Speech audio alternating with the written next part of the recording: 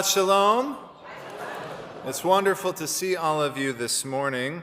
Friends, one of my favorite Jewish filmmakers turns 99 today. And if you've seen movies like Blazing Saddles, Young Frankenstein, or Spaceballs, you'll know that I'm obviously talking about Mel Brooks. 99 today. Now, one of the most endearing songs he sang is from his 1981 film, History of the World Part 1. And this song is creatively entitled, "It's Good to Be the King." And I use this line often. When we look at pictures of royalty, kings and queens, the homes that they live in, the luxurious food they eat, the glamorous clothes they wear, it's easy to assume that being the king or queen would have its perks, but more often than not, there's a whole other side to royalty and all the stress and all the trouble that comes with it that we don't have access to. Now, I know that he's not technically really royalty.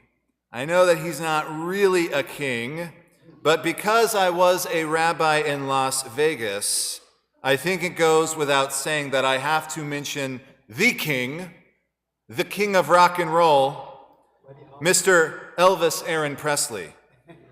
Now, if we were to apply Mel Brooks's quote to anyone, Elvis Presley would certainly fit the bill, because for a while there, it certainly was good to be the king.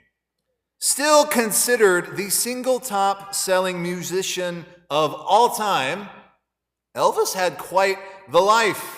He had money and fame, a beautiful wife and daughter, millions of adoring fans all over the world. Women wanted him, men wanted to be him, but with all that said, how was it that the king would die on his throne at age only 42? Well, that depends on who you ask. Some say that Elvis's downfall was his manager, Colonel Tom Parker, who exploited him from day one and never let him travel or perform the way he wanted to.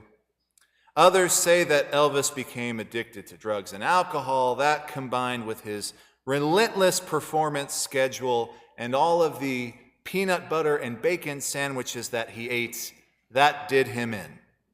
To quote Forrest Gump, I'm not going to do the accent, don't worry. Some years later, that nice young man had a heart attack or something. Must be hard to be the king. Sometimes people ask me where I get ideas for sermons, because if you know me, rarely are the things I talk about conventional. Well, the other day I was just perusing Facebook, and I was looking for an excuse to be distracted, and I found an intriguing article about our friend, Mr. Elvis. And usually I totally avoid clickbait articles like this, but as a rabbi and rock and roll fan, this, folks, it was just too hard to pass up. The article was entitled, quote, "Elvis Presley was Jewish. A grave marker locked away for 4 decades confirms it." Ooh. How can I say no to that, guys? I can summarize the article for you pretty briefly. Apparently, Elvis's maternal great-great-grandmother was a Jewish woman named Nancy Burdine. Little is known about her, but it's believed Burdine's family immigrated to America from what is now Lithuania. We think about the time of the American Revolution. Burdine's great-great-granddaughter was Gladys Love Smith, who married Vernon Presley in 1933. 2 years later, Gladys gave birth to Elvis in Mississippi, and the family moved to Memphis when Elvis was 13. Now, this is where things get pretty interesting. Elvis was very close to his mother, and when she died, he had a customized headstone made for her with a Star of David on the one side and a cross on the other. She was buried at a public cemetery in Memphis, and when Elvis died about 20 years later, he was buried right next to her. However, following an attempt to steal the king's body from the Memphis cemetery, Vernon Presley, his father, had the remains of his son and wife moved to Graceland for security reasons. And when this happened, Gladys's grave marker with the Star of David went into storage and went missing. Ooh. It hasn't been discovered until just very recently. So there you have it. Elvis's great-great-grandmother on his mother's side was a Jew, and because Jewish identity is traditionally confirmed through one's mother, Elvis's mother was technically Jewish, and so was he. All hail Elvis Presley, the Jewish king! There you go. But for now, a little less conversation. Thank you. Little less conversation about Elvis. Let's talk about our Haftorah for this morning that Kevin so beautifully read. This week's Haftorah comes from the book of 1 Samuel, and it begins with the prophet Shmuel inaugurating Saul as king. Now, Samuel admits that he is old and gray at this point, and based off the speech that he gives, one can assume that whatever filter he used to have in his brain, preventing him from saying controversial things out loud, like Elvis, that has left the building. Samuel immediately begins blasting the people, noting that it was not his idea to elect a monarch, but rather it was them, they, the people, who forced his hand. He confronts the Jewish people and demands that they find him and his lifestyle completely innocent of any and all fraudulent charges. He says, quote, "Whose ox or donkey have I taken? From whom have I robbed?" By the way, this is basically the exact same phrase that Moshe utters in our Parshat when he is accosted by Korach and his followers, the people who try to overthrow him. Samuel literally recounts to them the story of how they got into this situation in the first place, how they got pummeled by various other tribes, until they finally cried out and begged for a king, some sort of unified monarch, to take the supposed wise decisions on their behalf. So Samuel, against his better judgment, selects Saul, appoints him at a place called Gilgal. To further prove his point, Samuel has God perform a miracle on behalf of the people, saying, quote, "God will send thunder and rain, and you shall know and see that your evil is great, which you have done in the eyes of the Lord, to ask yourselves for a king."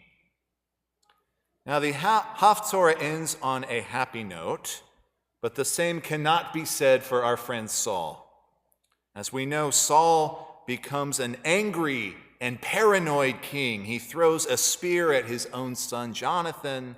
Later, he tries to have David killed off as well. And eventually, Saul uses a witch from a place called Endor to summon the then deceased Samuel from Olam Haba to ask him if he will be triumphant in his victory against the Philistine army the next day.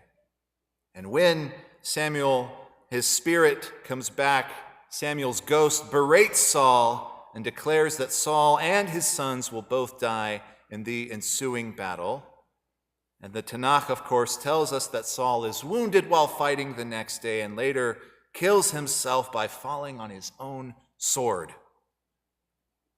So after hearing these stories of Elvis and Saul, I'm left to wonder which quote is right. Do we go with Mel Brooks' "It's good to be the king," or Forrest Gump's "Must be hard to be the king"? Well, like any Jewish question, I think there are truth to both answers. Certainly, it's hard as a leader to make good decisions on behalf of your people, and certainly it's not easy being put on a pedestal, constantly hounded and bothered. But also being royalty certainly has its perks. I mean, after all, Buckingham Palace is slightly nicer than my house. I think the following Elvis anecdote can prove my final point. In his later days, when he was a little bigger, Elvis was routinely seen and photographed wearing a diamond-studded chai necklace. It was huge. He would wear that along with a Star of David necklace and a cross necklace and an Egyptian Ankh necklace. When asked about the Jewish symbols around his neck, Elvis was infamously quoted as saying, and I won't do that accent either, quote, "I don't want to get left out of heaven on a technicality. I like to have all of my bases covered." So perhaps being a king or a leader makes you want to be cautious. Or perhaps it makes you put your faith into things you fully don't understand. But maybe it helps you love your people more than you would have if you weren't their king. Friends, we traditionally read a prayer for our country during the Torah service, just like we did here this morning. And there's a specific part of the prayer that mentions our, quote, leaders, judges, officers, and officials who faithfully devote themselves to the need of the public. And while it's easy to sometimes scoff at this idea, I urge us, don't be cruel. They need prayer too. Some of our leaders might be all shook up, but when it comes to praying for them, it's now or never. Shabbat Shalom.